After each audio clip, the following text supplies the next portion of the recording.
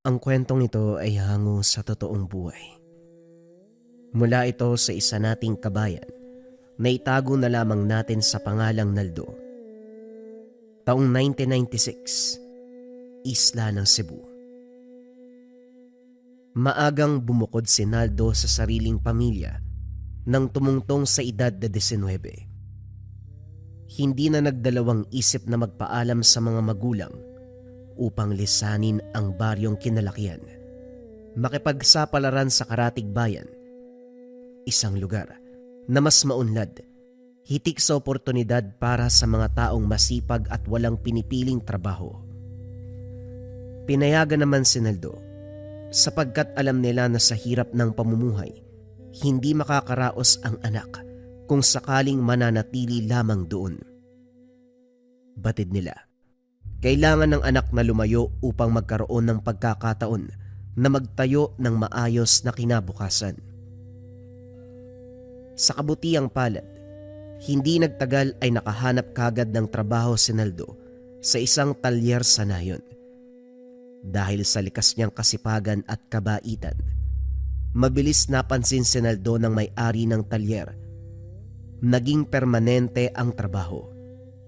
Walang ibang kamag-anak o kakilala sa lugar, kaya doon na rin siya pinatuloy ng may-ari. Pabor ito kay Naldo. Libre na ang tirahan at hindi na kailangan bumiyahe araw-araw papasok sa trabaho, sapagkat sa talyer na rin siya natutulog. Ilang taon din nagtrabaho si Naldo sa talyer. Maganda at malaki ang sahod. Dahil binata pa, kakaunti lamang ang pinagkakagastusan. Paminsan-minsan kapag wala gaanong trabaho, gumagala siya sa bayan upang mamasyal at mas makilala pa ang lugar. Tuwing tanghalian, bumibili lamang ng pagkain sa karenderya sa tabi ng talyer. Halos araw-araw, doon na kumakain si Naldo. Napalapit ang loob niya sa isang trabahadora na tawagin na lamang natin sa pangalang Merla. Si Merla ang palaging nagsisilbi kay Naldo tuwing kakain sa karenderya. May itsura ang dalaga. Maputi, maamo ang muka, at may likas sa kabaitan bagamat mahiyain sa iba. Napapansin ni Naldo na kapag siya ang kaharap, palaging nakangiti si Merla at tila may kakaibang lambing sa kilos at pananalita. Dito siya napaisip na maaaring may lihim na pagtingin ang dalaga sa kanya. Si Naldo ay may itsura din. Moreno at matangos ang ilong. Matipuno ang pangangatawan dahil sanay sa mabigat na gawain. Gayunpaman, wala siyang interes kay Merla. Hindi niya ito tipo, at higit sa lahat, wala pa sa plano ang magkanobya. Mas nais niyang sulitin ang pagiging binata, trabaho, gala, paminsan-minsan, pagbili ng mga bagong gamit para sa sarili. Kontento na siya sa ganung buhay. Isang araw bandang tanghali, pumunta si Naldo sa karenderya upang bumili ng pagkain. Habang nakaupo at nag-aantay ng order, napansin niya ang dalawang lalaki na panay ang tingin kay Merla. Alam ni Naldo na dayo ang mga ito, sapagkat araw-araw siyang kumakain sa lugar. Kabisado na ang mga parokyano. "O Naldo, ito na yung adobong atay ng manok. 3 kanin saka soft drinks, tama ba?" Dapat 4 yung kanin. Kulang yung 3, no? Marami kaming inayos sa talyer. Napagod ako. Pabirong wika ni Naldo. Ngumiti ang dalaga at kinuha ang dagdag na kanin at inumin. Habang kumakain si Naldo, pasulyap-sulyap siya sa dalawang lalaki. May hindi magandang pakiramdam ang bumabalot sa binata. Halatang may masamang balak ang mga dayo. Matapos kumain, kagad siyang bumalik sa talyer. Bandang 4:00 ng hapon, hindi pa rin mawala sa isip nito ang dalawang weirdong lalaki. Pakiramdam niya, may kaugnayan ang mga ito sa mga aswang. Si Naldo ay nagbula sa angkan ng mga manggagamot. Ang ama ay isang kilala at kinakatakutang antingero. Hindi basta-basta at ayon pa sa mga kwento. Sinasabing ang isa nitong ngipin ay mutya. Hinango raw mula sa ngipin ng kalabaw. At sa loob ng katawan nito, nakabaon ang marami pang batong mutya na pinagmumula ng pambihirang lakas. Bago pa man kinilala bilang manggagamot ang ama ni Naldo, isa itong kapgo. Biyasa sa mga lihim ng daigdig na hindi nakikita. Hindi lamang sa pisikal na susukat ang kapangyarihan, marami na itong napatumba. Mga mambabarang na ginigilitan ng leeg sa tindi ng kalamang espiritual at lakas na nagmumula sa sinaunang paniniwala. Nang makapagtapos si Naldo sa elementarya, hindi na nagpatuloy sa pag-aaral. Sa halip sumama ito sa ama sa bukid at doon unti-unting nahubog ang pagkatao.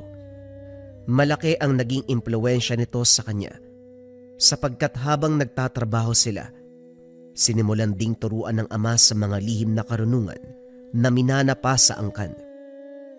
Sa edad na 19, taglay na ni Naldo ang mga orasyon na nakaukit sa katawan. May mutya ng kidlat, iba't ibang baon ng mutya na nasa kanyang katawan. May kabal at kung ano-ano pang anting-anting na may kapangyarihan.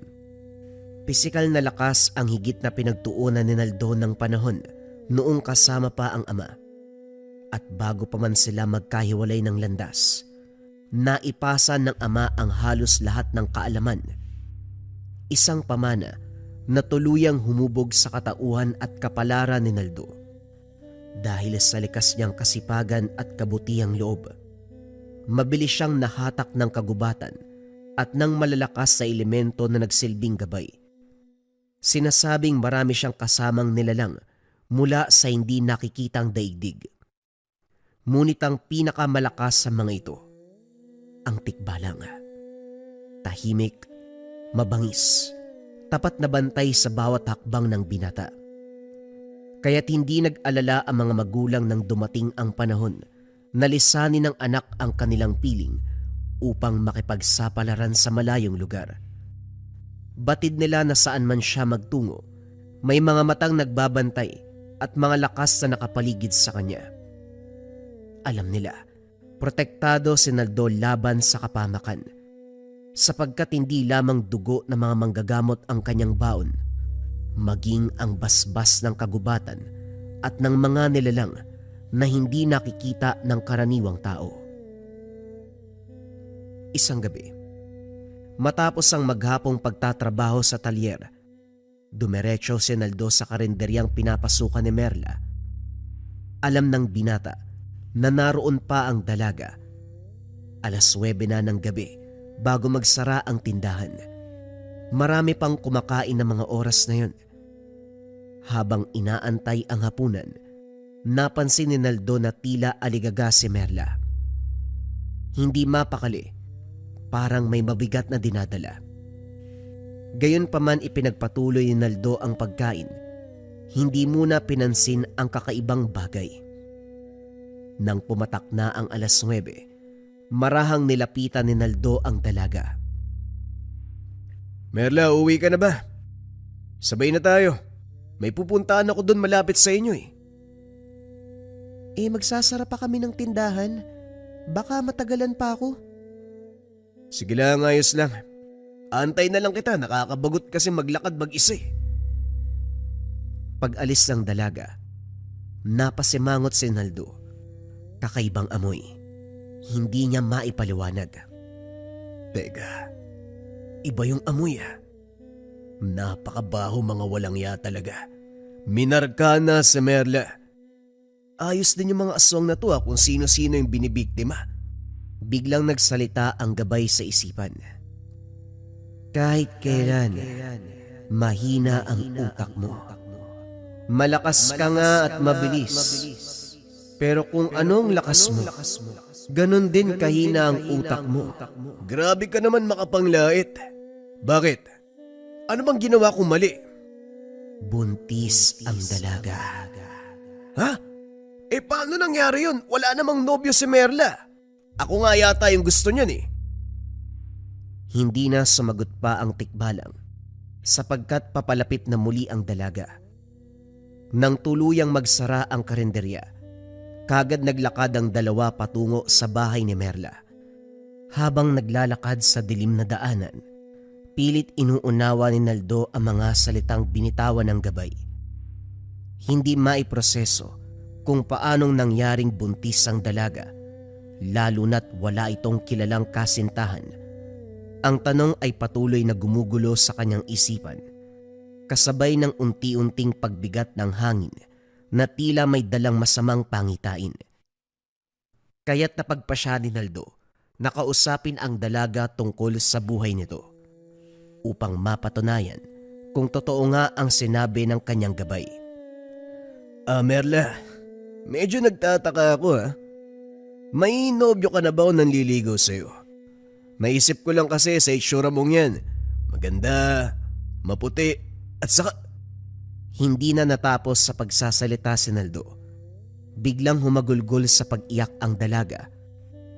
Lubos ang pagkagulat ni Naldo sa pangyayari, kaya kagad niya itong nilapitan at inalalayan. Oh, bakit ka naman umiiyak? Anong problema, Merla? Patuloy lamang ito sa paghikbi, parang isang taong nawala ng mahal sa buhay. Ilang minuto ang lumipas bago ito unti-unting kumalma. Sa mahinang tinig, saka lamang ito nagsalita. Inamin na siya ay buntis. Doon tuluyang nakumpirma ni Naldo na totoo ang sinabi ng gabay. Ngunit kasunod nun, ang mas mabigat na tanong, sino ang lalaking nakabuntis sa kanya? Hindi na sumagot si Merla. Tahimik silang nagpatuloy sa paglalakad hanggang sa maiatid ni Naldo ang dalaga sa tinutuluyan. Naiwan si Naldo sa gitna ng dilim. Tangan ang isang katotohanan na mas mabigat pa sa anumang anting-anting o mutya na dala. Sa harap ng bahay ni Merla, sinalubong si Naldo ng matapang at masangsang na amoy. Ang marka ng mga aswang ay lantad sa paligid. Dahil dito, nagpa siya na hindi muna umuwi. Sa halip ay nanatili upang bantayan si Merla. Batid ni Naldo at ng gabay na si Bangis na mamaya lang magsisimula ng manggambala ang mga aswang. Tahimik na nagtago si Naldo sa gilid ng pader. Sanay na siya sa pagbaba ng sariling ora, maging ng presensya. Isang kasanayan na naging likas na sa kanya. Ito rin ang dahilan kung bakit hindi naging alerto ang mga nilalang kahit pa kasabay siyang kumain. Ilang oras ang nakalipas nang biglang mapansin ni Naldo ang dalawang asong pagala-gala sa daan sa tapat mismo ng bahay ni Merla. Naging alerto ang binata. Sa unang tingin karaniwan lamang ang mga ito na tila ba may hinahanap at paikot-ikot. Sumisingot sa bakod bago muling maglakad. Nakakapagtaka na hindi man lang nila napansin si Naldo kahit ilang di pa lamang ang layo niya. Tahimik lang siyang nagmamasid. Ilang minuto pa ang lumipas nang biglang tumalon ang isa sa mga aso papasok ng bakuran. Mataas ang bakod, ngunit madali itong nalampasan ng hayop. Samantala ang isa naman ay nanatili sa labas, patuloy sa pag-ikot at pagsingot sa daan. Sa sandaling kumilos ang asong tumalon, hindi na nagdalawang isip si Naldo. Mabilis niyang sinunggaban ang hayop at sa isang iglap, binali ang leeg nito. Isang tuyong huni ng buto ang narinig. Mabilis, malinis. Patay ang aso bago pa man makapaglikha ng ingay. Ngunit napatingin kagad ang isang kasama nito. Nang makita ang kaganapan, bigla itong umungol at umiyak ng nakakakilabot. Hindi na nagaksaya ng oras si Naldo. Binuhat niya ang patay na aso at tumakbo. Pagkatalon ng natitirang aso palabas ng bakuran, sinalubong ito ng isang napakalakas na sipa sa ulo. Isang dambuhalang paa ang tumama, dahilan upang mawasak ang bungo. Kumalat ang utak sa lupa. Hindi na ito nakagalaw pa. Grabe ka naman, bangis, talagang dinurog mo talaga ha? Sa likod, may isa pa. Nagulat si Naldo. Agad siyang lumingon upang hanapin ang sinasabing natitirang aswang. Ngunit nakita na lamang na tumatakbo na ito palayo. Kagad naglaho sa dilim. Hayaan mo na. Siguradong hindi na yan babalik dito. Isang malaking pagkakamali ang hayaang makatakas ang kalaban. Ito ay maglilikha ng mas malaking problema. Wala yan. Kahit buong angkan pa ng aswang ang tawagin niya, wala silang magagawa. Hindi na sumagot si Bangis. Tahimik na lang niligpit ang dalawang pinatay na aswang. Kinabukasan bumalik sa normal ang lahat. Tuluyan nang naalis si Naldo ang marka ng aswang kay Merla. Ilang gabi niyang binalikan ang tinutuluyan nito upang masiguradong wala ng banta. Patuloy ding sinusubukan ni Naldo na kausapin si Merla tungkol sa lalaking nakabuntis sa kanya. Ngunit nanatiling tikom ang bibig ng kaibigan. Hanggang isang gabi, habang nagbabantay si Naldo sa labas ng bahay, biglang may lumabas na tumatakbo at umiiyak. Kagad niyang nakilala kung sino ito. Walang iba kung hindi si Merla. Mabilis itong nilapitan at inalalayan ni Naldo. Akala niya'y napasok ng aswang ang bahay at nakalusot sa kanilang pagbabantay. Ngunit wala siyang maramdaman kahit katiting na presensya ng mga nilalang. Merla, anong nangyari? Bago pa man ito makasagot, may isa pang lumabas mula sa pintuan, ang amo ng dalaga. Galit na galit itong papalapit sa dalawa, kaya kagad humarang si Naldo. Minura siya ng lalaki. Tinanong kung sino siya at bakit nangingialam. Inutusan nito si Merla na bumalik sa loob, ngunit lalong humigpit ang kapit ni Merla kay Naldo. Dito na naunawaan ni Naldo ang kaganapan. Mawalang galang na po. Nobyo ko ni Merla. Sa amin muna siya uuwi. Napahinto ang lalaki. Halatang nagulat at napahiya. Galit itong tumalikod at padabog na bumalik sa loob ng bahay. Uy Merla, ayos ka lang ba? Sa amin ka muna umuwi. Sinasaktan ka ba ng amo mo? Hindi pa rin sumagot ang dalaga. Patuloy lamang itong humahagulgol sa pag-iyak. Sa halip na dumuon tumuloy sa tinutuluyan ni Naldo. Nakiusap si Merla, ihatid na lamang siya sa terminal. Uwi daw siya sa probinsya. Hindi na tumutol pa si Naldo. Tahimik niya itong inalalayan hanggang sa terminal. Bago sumakay ng bus, doon na tuluyang bumigay si Merla. Sa pagitan ng paghikbi, pinaliwanag niya ang lahat ng kababuyang ginawa ng amo. Paulit-ulit daw siyang ginahasa sa tuwing wala ang among babae. Walang awa, walang konsensya. Sa bahay mismo ng mga amo nagtatrabaho si Merla. Sa umaga tumutulong siya sa karenderya. Pagsapit ng hapon at gabi, siya naman ang katulong sa loob ng bahay. Malaki ang pasahod, kaya tiniis niya ang pagod at hirap. Ngunit habang tumatagal, napapansin niya na may kakaiba ng tingin ang among lalaki. Mga titig na hindi maipaliwanag. Mga kilos na unti-unting lumalampas sa hangganan. Hanggang isang araw, pinapasok siya ng lalaki sa kwarto. Doon nagsimula ang paulit-ulit na pang-aabuso. Walang magawa si Merla kung hindi manahimik at magtiis.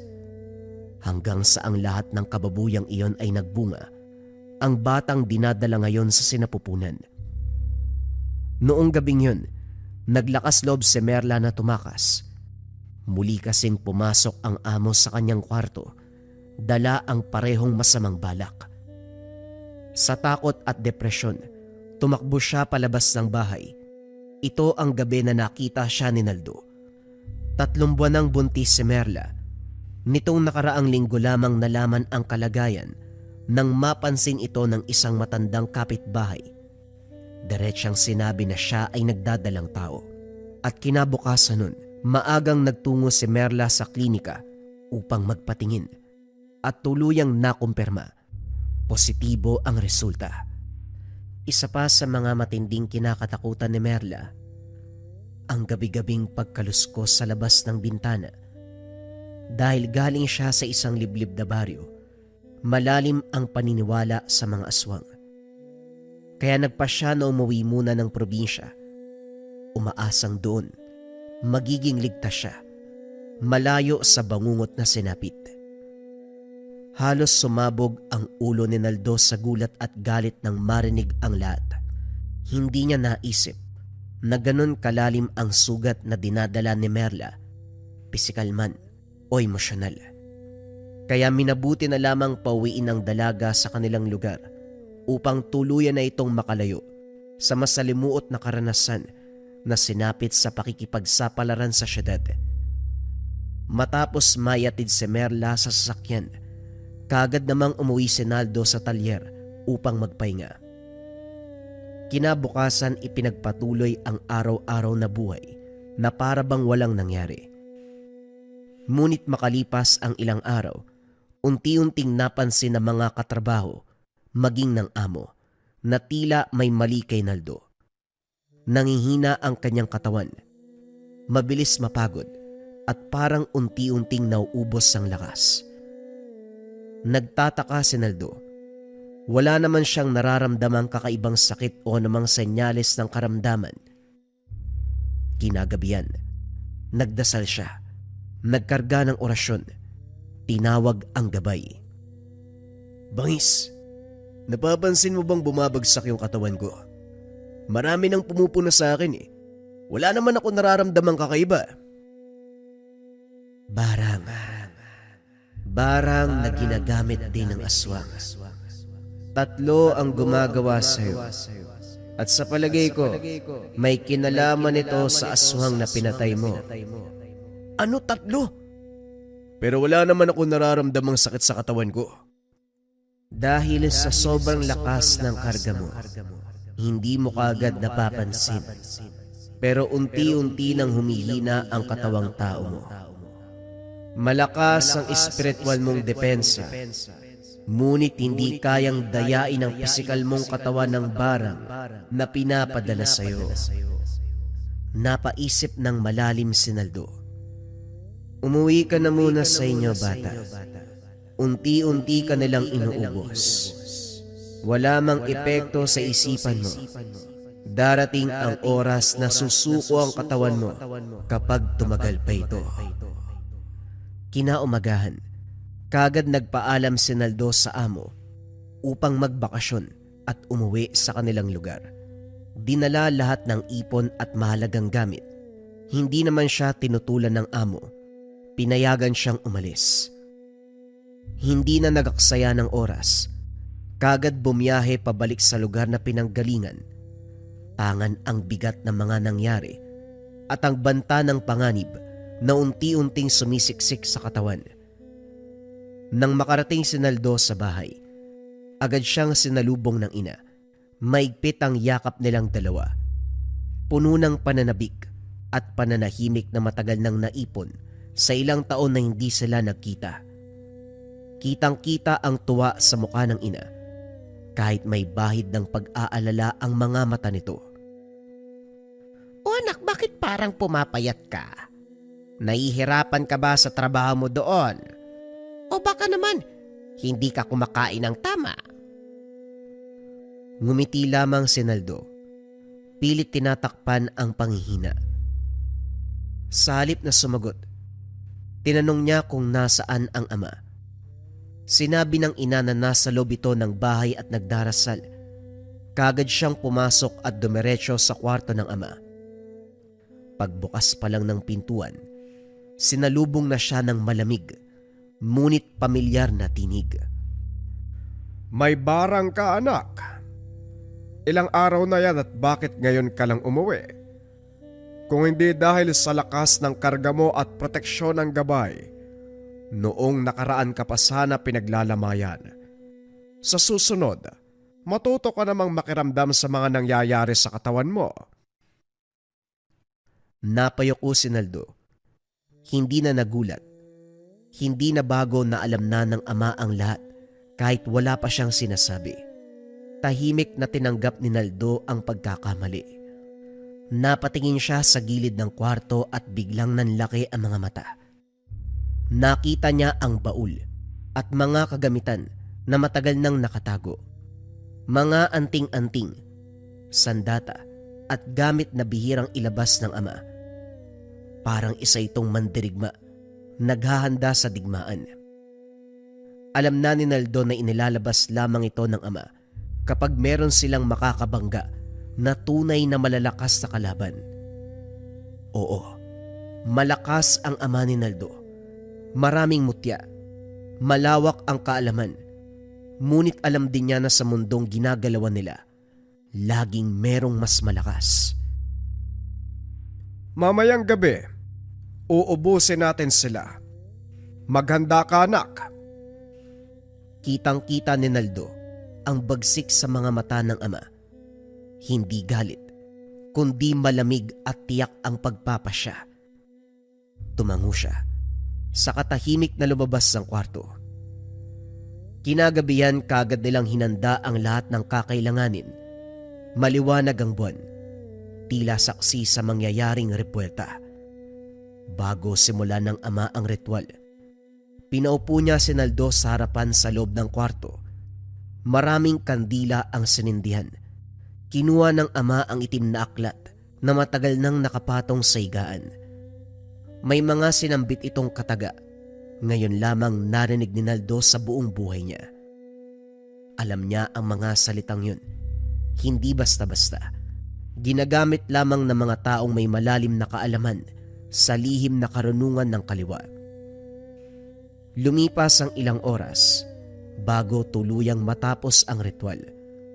Ramdam ni Naldo ang bigat na unti-unting umaalis sa katawan, kasabay ng malamig na hangin na tila dumadaan sa buong bahay. Malakas ang pinadalang barang sa'yo. Walang balak na buhayin ka. Kung hindi dahil sa gabay mo na tikbalang, siguro bangkay mo na lang yung dumating dito. Tay, alam niyo po ba kung sinong bumarang sa akin? Mga gabunan na may lahing mambabarang. Pero dahil sa lakas ng barang na ipinadala sa'yo, ang rebuelta nito, siguradong patay na silang lahat. Sa oras na ito, umiiyak na ang kanilang angkan. Nanahimik si Naldo. Sa kauna-unahang pagkakataon, mas malinaw niyang naunawaan ang bigat ng mundong pinasok at ang katotohanan sa digmaang ito. Hindi lahat ng laban ay may puwang para sa awa. Hindi nakaimik si Naldo sa mga sinabi ng ama. Sa kanyang isipan, unti-unting nagduduktong ang lahat. Ang mga bumarang sa kanya, walang iba kung hindi ang mga aswang na pinatay niya sa baryong pinagtatrabahuan. Ang mga nilalang na umaaligid noon kay Merla. Sa linggo, bumalik ka sa baryo kung saan ka nagtatrabaho. Ubusin mo ang natitirang kapamilya nila nang hindi na sila makagante sa pamilya natin. Pero paano ko po malalaman kung saan nakatira mga aswang na yun, tay? Hindi po ako sanay mga aso ng aswang. Hindi mo sila kailangang hanapin. Kusang lalapit ang mga yun sa'yo sa mismong tinutuluyan mo para gumante. Napangiti si Naldo. May halong kumpiyansa at yabang. Yun! Kahit ilang aswang pa yan, hindi ubra sa akin kung pisikal na lakas ko ang pag-uusapan. Mag-iingat ka pa rin, anak. Tuso ang mga aswang. Kung hindi ka nila kayang daanin sa pisikal na laban, dadaanin ka sa ibang aspeto. Traidor ang mga yan. Marunong gumamit ng kainaan. Hindi na muling nakasagot si Naldo. Sa halip na takot, kakaibang kasabikan ang makikita sa mga mata. Parang isang mandirigma na sabik sa digmaang paparating. Handang harapin ang anumang banta sa sariling buhay kahit hindi pa lubos na uunawaan ang magiging kapalit nito. Makaraan ang ilang araw, unti-unti nang bumalik ang sigla at dating lakas ng pangangatawan ni Naldo. Bago pa man siya muling bumalik sa baryo, binilhan niya ng kalabaw ang ama upang may katuwang sa bukid. Pinatayuan naman ng maliit na tindahan ng ina gamit ang mga naipong pera. Nais si Naldo na kahit papano ay makabawi man lang sa mga magulang sa mga sakripisyong ginawa para sa kanya. Labis ang tuwa ng mga magulang sa mga regalong binigay ni Naldo. Pagsapit ng linggo, kagad na bumalik si Naldo sa baryo upang magtrabaho muli at ipagpatuloy ang napagkasunduan nilang plano ng ama. Pagdating sa talyer, ikinatuwa ng amo ang maayos niyang kalagayan at ang pagbabalik ng dating sigla. Ilang araw ang lumipas na tila normal ang lahat. Nagtrabaho si Naldo na para bang walang banta sa kanyang buhay. Ngunit sa pagsapit ng dilim, palagi siyang naghahanda sa inaasahang pag-atake ng mga aswang na nagnanais gumante para sa mga nasawing kapamilya. Gayunpaman, tila hanggang pagpaparamdam lamang ang kanilang kaya. Gabi-gabi, may mga huning naririnig si Naldo sa labas ng talyer. Mahaba, malamig, nakakabagabag sa katahimikan ng gabi. Kapag hindi na matiis si Naldo ang mga kakaibang ingay at hindi na makatulog, lumalabas siya upang hamunin ang mga elementong nagmamasid sa dilim. Subalit sa kabila ng tapang at paghahanda, wala ni isa man ang nagpakita sa kanya. Nanatili silang nakatago, nagbabantay, nag-aantay ng tamang sandali. Habang tumatagal ang araw, mas lalong lumalala ang mga panggagambala ng mga aswang sa pagpapahinga ng binata. Meron ng mga bato na hinahagis sa bubong tuwing hating gabi. Galit na itong si Naldo dahil hindi siya makapagpahinga ng maayos. Wala naman siyang magawa sa mga ito dahil sa hindi niya maaninag ang mga aswang tuwing lumalabas para hulihin. Mga duwag, kung gusto nyo magpatayan tayo, magpakita kayo. Napakarami nyo pero duwag kayong lahat. Nakarinig lang siya ng tawanan. Walang magawa ang binata kung hindi bumalik sa loob ng talyer. Tiisin ang panggagambala ng mga aswang. Isang araw habang nagtatrabaho, kasama ang iba pang trabahante sa talyer. Pare, bakit parang nangangayayat ka na naman? Bumalik ba yung sakit mo? Hindi, wala do. Hindi lang ako masyadong nakatulog tuwing gabi. Ang ingay ng mga pusang naghaharutan sa bubong. Anak nang, baka kakaibang pusa ng mga yan. Malay natin, baka nga ibang pusa na talaga. Pero pare, seryoso ah. May nakwento nga sa akin yung pinsan ko sa probinsya. Ganon din sa kanila eh. Parang pinagtitripan sila ng mga aswang. Hindi sila pinapatulog sa gabi ng bubulabog. Mga buwisit talaga yan eh. Anong ginawa nila? Paano nila napalis sa mga aswang? Hindi lang nila pinalis, pinatay nila. Kasi kapag tinaboy lang, lilipas yung ilang araw, babalik na naman yung mga yan eh. Manggagambala na naman. Hindi nakasagot si Naldo sa sinabi ng kaibigan. Patuloy lang itong nakikinig sa mga kwento niya. Ang ginawa ng mga pinsan ko, imbis na sila ang mainis sa aswang, ang aswang mismo ang nainis sa kanila. Hanggang sa magalit ang mga ito at kusang lumabas. Ang hindi alam ng aswang, may mga bitag na nakapalibot sa bahay at sa pagkakataong magpakita, mauhuli kagad sila. Mapapatay sila, walang kahirap-hirap. Kagad nagliwanag ang mukha ni Naldo sa mga narinig. Sa isip nito, pwede niyang gawin ang ganong klaseng pamamaraan tuwing sasalakay uli ang mga aswang. Alam mo pare, yung mga aswang na yan, tao din yan. May puso at damdamin. Isa din sa mga kainaan nila kapag nagpapalit daw ng anyo eh. Naapektuhan yung utak nila. Nagiging sensitibo, mabilis uminit yung ulo kumpara kapag normal na tao. Wika ni George. Bigla pang sumabat ang isang katrabaho.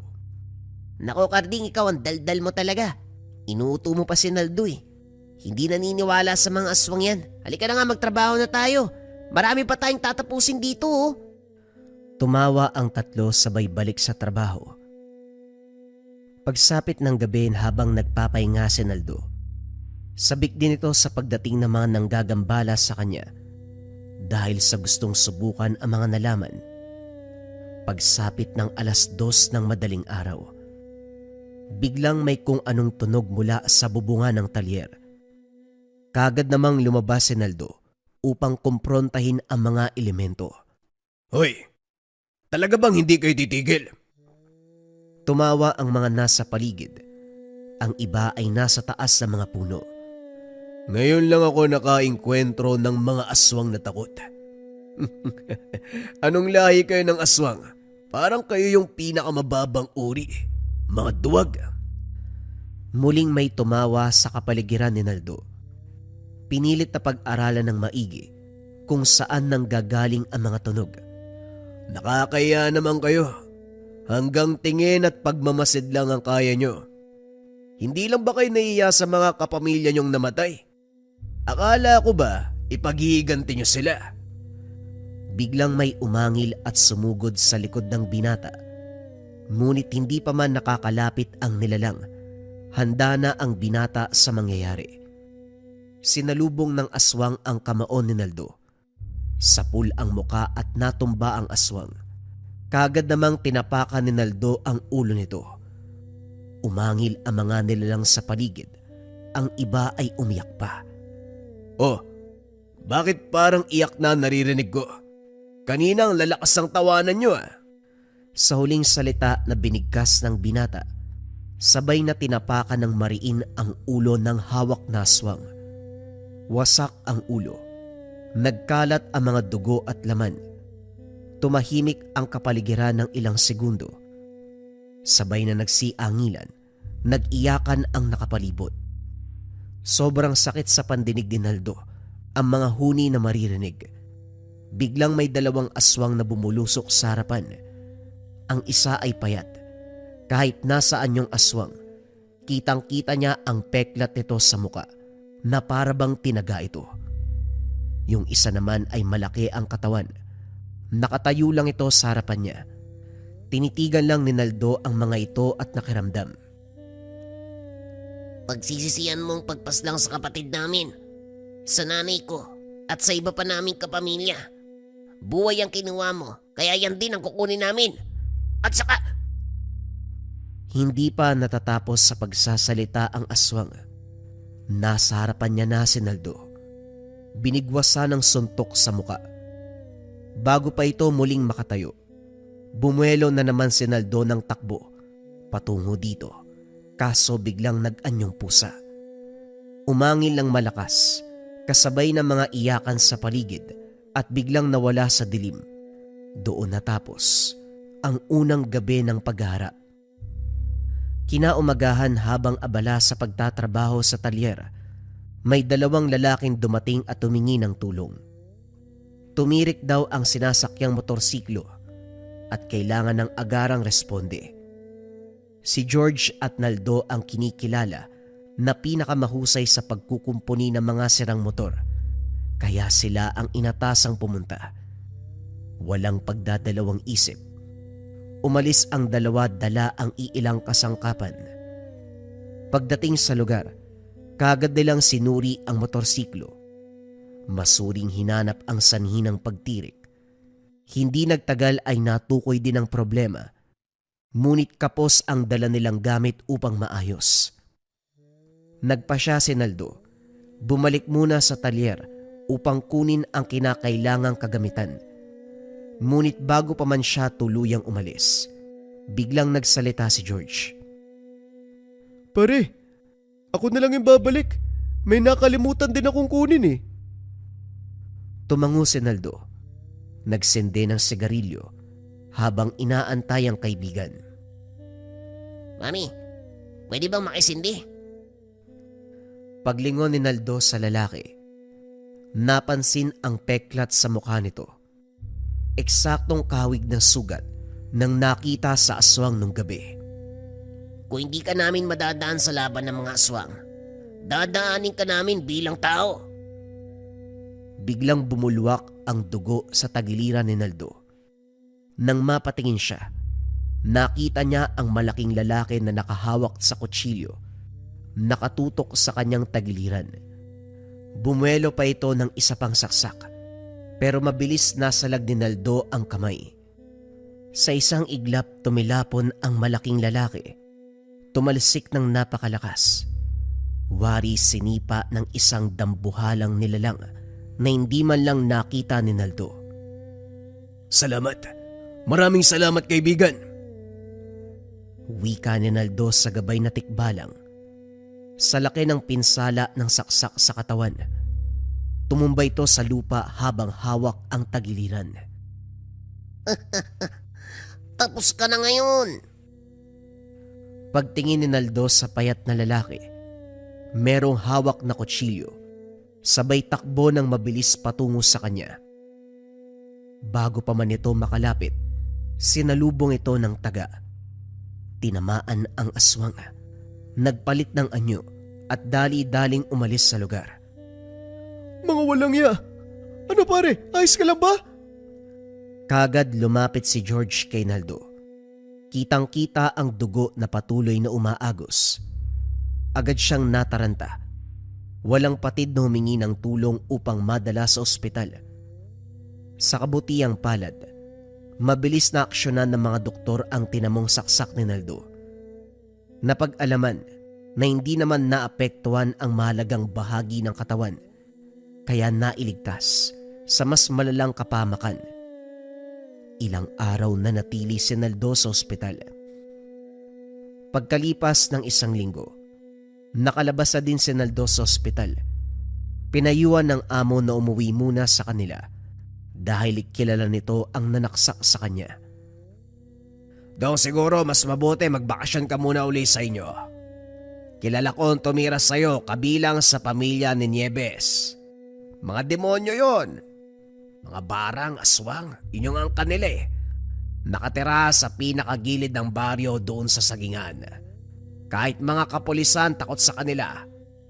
Ang hindi ko lang alam, bakit ikaw ang kinurosonada? May atraso ko ba sa kanila? Wala naman po, Manong. Hindi ko nga po alam kung bakit bigla akong sinaksak eh. Pansin ko sabog yata yun. Baka napagtripan lang nila ako. Pare, hindi mo ba nahalata nung papunta pa lang tayo? Iba na ang pakiramdam ko sa mga taong yun eh. Kahit mukha nila nung una hindi ko napansin. Nagmamadali kasi tayo tapos, alam mo naman, 1 linggo na akong wala sa maayos sa tulog, di ba? Hindi na gumagana ng maayos yung utak ko. Kaya nga ako nagpresentang bumalik sa talyer para kumuha ng gamit. Iba talaga yung pakiramdam ko sa kanila eh. Pasensya ka na, nahuli ako ha. Ano ka ba, nagpapasalamat nga ako sa iyo eh. Kung hindi ka dumating malamang patay na sana ako. Tumawa ang tatlo. Hindi na nakasagot ang amo. Kahit pinipilit siya na bumalik muna sa probinsya, nanatili pa rin si Naldo sa talyer upang magtrabaho. Pagbalik sa talyer, hindi na pinalipas si Naldo ang oras. Nang lumubog ang araw, nagdasal ito at nagdagdag ng poder at karga. Kinuha ang mga tangan, napagpasya niya at akina ang lungga ng mga aswang. Naalala ni Naldo ang sinabi ng amo na nakatira ang angkan ng mga aswang sa lugar. Ilang beses na silang nakapunta sa nasabing lugar. 10:00 ng gabi nang pinunta ng lugar. Bago tuluyang pumasok, huminto siya sa isang tindahan. Pagmamay-ari ito ng isang kakilala. Otong, ba't naparito ka? Pinatawag ka ba ni Ben? Sa pagkakala ko wala namang sira yung motor namin. O teka, tatawagin ko lang. Ay wag na po, Aling Duday. Itatanong ko lang po sana kung saan po yung bahay ng pamilyang Nieves ba yun? Bakit may kailangan ka ba sa kanila? De bali iyo, diretsuin mo lang yan tapos liko ka dun sa kaliwa. May makikita kang bahay na yari sa kahoy. Yan yung isang buong lugar. Sila yan lahat magkakapamilya. May papaayos ba sa'yo? Oo. Nakiusap po sa amo ko kaya pinuntahan ko na lang. O sige iho, pero ipapaalala ko lang mag-iingat ka doon ha. Huwag kang kumain o uminom ng kahit anong iaalok nila. Mga aswang ang mga yan Sige po Aling Duday, maraming salamat po. Pakisabi na lang po kay Mang Ben na dumaan ako. Kagad nagpaalam ang binata. Wala masyadong tao sa daan. Meron namang poste, pero ang iba ay hindi na gumagana. Habang naglalakad papunta sa lugar, nagsalita ang gabay. Ito na ang tamang oras upang ibigay sa iyo ang buong lakas. Teka, anong ibig mong sabihin? Huwag nang maraming tanong. Huwag kang magpigil. Munti ka nang mapatay nung nakaraan. Ngayon ubusin mo ang lahi nila. Wala kang ititira. Ako ang bahala sa'yo. Hindi maintindihan ni Naldo ang nararamdaman. Nagkaroon ng kakaibang puwersa. Nasabik sa digmaan. Halo-halo ang nararamdaman niya. Takot at pagkasabik. Gustong gantihan ang mga tusong aswang. Ilang minuto pa bago makarating sa lugar ng mga aswang, may nakasalubong itong isang binata. Noong papalapit na sa isa't isa, nagkatitigan ng dalawa. Habang naglalakad, nakumpirma ni Naldo na galing ito sa bahay ng mga aswang. Noong nagbanggaan ng dalawa, agad siyang nilikuran ni Naldo sabay bali sa leeg. Binunot ang punyal, sinaksak sa tagiliran ng ilang beses, sabay tapon sa gilid ng daan. Kagad nagpatuloy si Naldo patungo sa lungga ng mga aswang. Pagdating sa loob, napansin ni Naldo maraming tao. Doon niya napagtanto na may patay sa lugar. Ngumiti ang binata sabay sipa sa bakod. Lahat ng tao ay nagulat at biglang napatingin sa kanya. Nakumpirma ng binata, aswang ang lahat ng naroon. Nakita niya din ang dalawang lalaki na nakainkwentro nung nakaraan. Gulat ang dalawa kay Naldo. May naglakad mula sa pintuan ng bahay. Palabas patungo kay Naldo. Isang makisig na lalaki. Masyado kang matapang iho. Bakit ka nang gugulo? Nanggugulo. Huwag ka nang magmaang-maangan, halimaw. Ikaw ba ang gabunan dito? Hinahamon kita sa isang duelo. Anong kabaliwan ang sinasabi mo? Biglang lumapit ang lalaki may peklat sa kausap niya. May binulong. Dito biglang nag-iba ang timpla ng mukha ng gabunan. Magbabayad ka. Ikaw ang pumaslang sa pamangkin at asawa ko. Nagpalit ito ng anyo. Lahat ng mga tao sa lugar ay nagpalit na ng itsura. Papatayin kita. Hindi ka makakalabas ng buhay dito. Sumugod na ang gabunan kay Naldo. Nagbuno ang dalawa at ang ibang aswang ay nanonood lang sa kanila. Umaangil, tumatawa. Walang tigil ang pagkalmot ng gabunan na para bang baliw at sabik na patayin si Naldo. Ngunit sa hindi maipaliwanag na dahilan, kahit isang sugat wala si Naldo. Bumuelo ng napakalakas ang binata, sabay suntok sa tagiliran ng gabunan. Napangiwi ito, sabay atras ngunit hindi nagpatalo. Gumante ng suntok, hanggang sa biglang sumulpot ang payat na aswang na may peklat sa muka. Inatake si Naldo mula sa likod, bumuelo ng napakalakas na kalmot. Kaso nga lang nagulat ang lahat dahil hindi tinatabla ng binata. Kagad namang inihipan ni Naldo ang kaliwang kamay. Binigwasan ng napakalakas sa suntok ang isang aswang. Sumabog ang ulo nito dahil sa lakas ng puwersa. Tumahimik ang lahat sa nangyari. Hindi uubra mga ginagawa nyo, mga ulupong! Umangil ng napakalakas ang gabunan. Muling umatake. Sa pagkakataong ito, naramdaman ng binata ang hapdi mula sa kalmot ng gabunan. Napaiga sa lupa ang binata dahil sa lakas ng puwersang binibitawan nito. Sa bandang kaliwa. Tignan mo. Mabilis na lumingon si Naldo sa kaliwang bahagi. Doon niya nakita ang tatlong bruha. Lahat sila ay sabay-sabay na nag-uusal. Binabasag nila ang kabal mo. Maganda ka. Ako na ang bahala sa mga yun. Basta wag mong hayaan na matamaan ang importanteng bahagi ng iyong katawan. Kapag nangyari yon ay mamamatay ka. Tumango naman si Naldo. Inubos ng binata ang lahat ng puwersa upang hindi mapuruhan. Saktong pagtingin nito sa mga bruha, kitang-kita kung paanong patayin ng gabay. Lahat sila ay tinapakan ng muka. Pagkatapos, naramdaman niya na muling sumanib sa katawan ng gabay. Hindi na sinayang ang pagkakataon. Nag-usal ng mga orasyon. Nagbitaw ng napakalakas sa suntok patungo sa mukha ng gabunan. Hindi man sumabog ang ulo nito. Napangiwi, kitang-kita ang pamumula ng muka. Napatigil ito sa pag-atake kay Naldo dahil sa sakit ng pinsala. Mabilis namang binunot ni Naldo ang kutsilyo sa tagiliran, sabay saksak sa leg ng gabunan. Dito na natumba ang nilalang habang hawak ang leeg.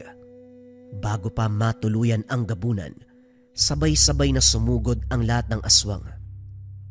Sa isipan niya, mas mabuti nang sagupain ang mga susugod bago patayin ng gabunan nang siguradong walang matitira sa ang kanila. Kagad namang pinagpapapatay ni Naldo ang lahat ng ito. Lahat ng dumumo, kumalmot sa kanya, hindi pinakitaan ng awa ng binata. Lahat sila ay pinatay.